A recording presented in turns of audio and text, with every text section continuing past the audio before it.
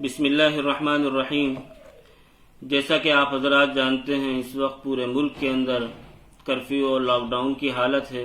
اور پورا ملک کووڈ-19 نامی وبا سے لڑ رہا ہے، اور انہی حالات کے اندر رمضان المبارک کا مقدس مہینہ بھی شروع ہو رہا ہے۔ اس لیے اس موقع پر میں صوبہ پنجاب کے تمام مسلمانوں کی خدمت میں چند اہم گزارشات اور درخواست پیش کرنا چاہتا ہوں۔ سب سے پہلی بات تو یہ ہے کہ رمضان المبارک کا روزہ فرض ہے، اور ان حالات کے اندر بھی اس فرض کی ادائیگی میں کسی قسم کی کوتاہی نہ کریں، بغیر کسی شرعی عذر کے رمضان المبارک کا روزہ نہ چھوڑیں۔ سارے مرد اور ساری بالغ عورتیں اہتمام کے ساتھ رمضان المبارک کا روزہ رکھیں۔ جس طرح 5 وقتہ نمازیں باجماعت اپنے گھروں کے اندر ادا کی جا رہی ہیں، رمضان المبارک میں بھی یہ سلسلہ اسی طرح باقی رہے گا۔ مساجد کا رخ نہ کریں، گھر کے اندر اہتمام کے ساتھ 5 وقتہ نمازیں ادا کریں، اور جس طرح 5 وقتہ نمازیں اپنے گھروں میں ادا کر رہے ہیں، اسی طرح تراویح کی نماز بھی باجماعت گھروں کے اندر ہی ادا کریں۔ مساجد میں صرف 2-4 متعینہ افراد تراویح کی نماز ادا کریں، باقی تمام افراد اس بات کو یقینی بنائیں کہ وہ اپنے گھروں کے اندر باجماعت تراویح کی نماز ادا کریں۔ ساتھ میں یہ بھی گزارش ہے کہ مسجد کے اندر جو 2-3 آدمی تراویح کی نماز پڑھیں گے، اسی طرح گھروں کے اندر جو گھر کے افراد تراویح کی نماز پڑھیں گے، اگر کوئی حافظ ہے تو وہ مسجد میں بھی اور گھر میں بھی مکمل قرآن پاک پڑھنے اور سننے کا اہتمام کریں، اور اگر کوئی حافظ نہیں ہے تو مسجدوں میں بھی سورتوں سے تراویح پڑھتے رہیں اور گھروں کے اندر بھی سورتوں سے تراویح پڑھتے رہیں، لیکن اس بات کا یقینی طور پر خیال رکھیں کہ مسجد میں 2-3 آدمی سے زیادہ نہ ہوں، اور گھروں میں بھی صرف گھر کے افراد ہی تراویح میں شریک ہوں۔ گھر کو آس پاس کے لوگوں کو جمع کر مصلی نہ بنائیں۔ ساتھ میں یہ بھی گزارش ہے کہ تراویح کی نماز اگرچہ سنت ہے اور بحیثیت سنت اس کا درجہ فرض اور واجب سے کم ہے، لیکن شریعت کے اندر تراویح کی بڑی اہمیت ہے، اور تراویح رمضان المبارک کے اہم ترین اعمال میں سے ہے۔ اس لیے تراویح کی ادائیگی میں ذرہ برابر سستی نہ کریں، پورے اہتمام کے ساتھ تراویح کی نماز پڑھیں۔ رمضان المبارک میں عام طور پر دیکھنے میں آتا ہے کہ شام کے وقت میں اور رات کے وقت میں لوگ ادھر ادھر گھومتے ہیں، گھر سے باہر نکلتے ہیں۔ آپ سے بہت ادب کے ساتھ گزارش اور درخواست ہے کہ اپنے گھروں کے اندر بنے رہیں، اپنے گھر سے باہر ہرگز نہ نکلیں۔ جس طرح گزشتہ سالوں میں مساجد کے اسپیکر کے ذریعے سحری اور افطاری کے اوقات کا اعلان کیا جاتا تھا، اس سال بھی اعلان کیا جائے گا۔ اس میں کوئی بھی قانونی پابندی نہیں ہے، البتہ اعلان کرنے والوں سے میری گزارش اور درخواست ہے کہ بہت اہتمام کے ساتھ اعلان کریں، 1-2 منٹ کی احتیاط ضرور رکھیں، سحری کے وقت میں بھی اور افطاری کے وقت میں بھی۔ یاد رکھیں، آپ کی ذرا سی بے احتیاطی سے بہت سے لوگوں کا روزہ خراب ہو سکتا ہے۔ سحری اور افطاری کی ضروریات کی خرید و فروخت کے سلسلے میں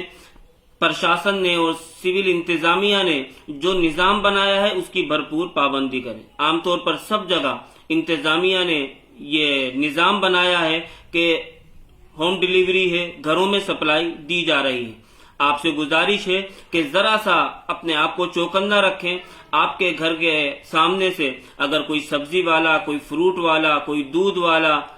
گزر رہا ہے اور آپ اس سے کچھ سامان خرید رہے ہیں، تو سامان کے ساتھ ساتھ آپ اس سے اس کا موبائل نمبر ضرور لے لیجئے، تاکہ جب آپ کو دوبارہ پھل کی، سبزی کی یا کسی اور چیز کی ضرورت ہو تو آپ فون پر اس سے رابطہ کر کے ضرورت کی چیز اپنے گھر پر منگا سکیں، آپ کو اپنی چھوٹی چھوٹی ضروریات کے لیے گھر سے نہ نکلنا پڑے۔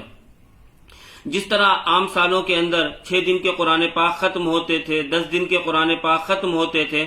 اس رمضان المبارک کے اندر 10 دن کے اور 6 دن کے ختم قرآن کا بالکل بھی اہتمام نہ کریں۔ اس صورت کے اندر مجمع ہوتا ہے، اور اس مجمع سے کرفیو اور لاک ڈاؤن کے قواعد کی خلاف ورزی ہوتی ہے، جو ہم سب کے لیے بہت نقصان دہ ہے۔ آپ حضرات سے یہ بھی درخواست ہے کہ رمضان المبارک میں کسی بھی قسم کی چھوٹی یا بڑی سحری پارٹی یا افطاری پارٹی سے بالکل گریز کریں۔ سحری میں بھی اور افطاری میں بھی صرف گھر کے افراد شریک رہیں، اس کے علاوہ کسی کو بھی باہر سے گھر کے اندر سحری یا افطاری کے لیے دعوت نہ دیں۔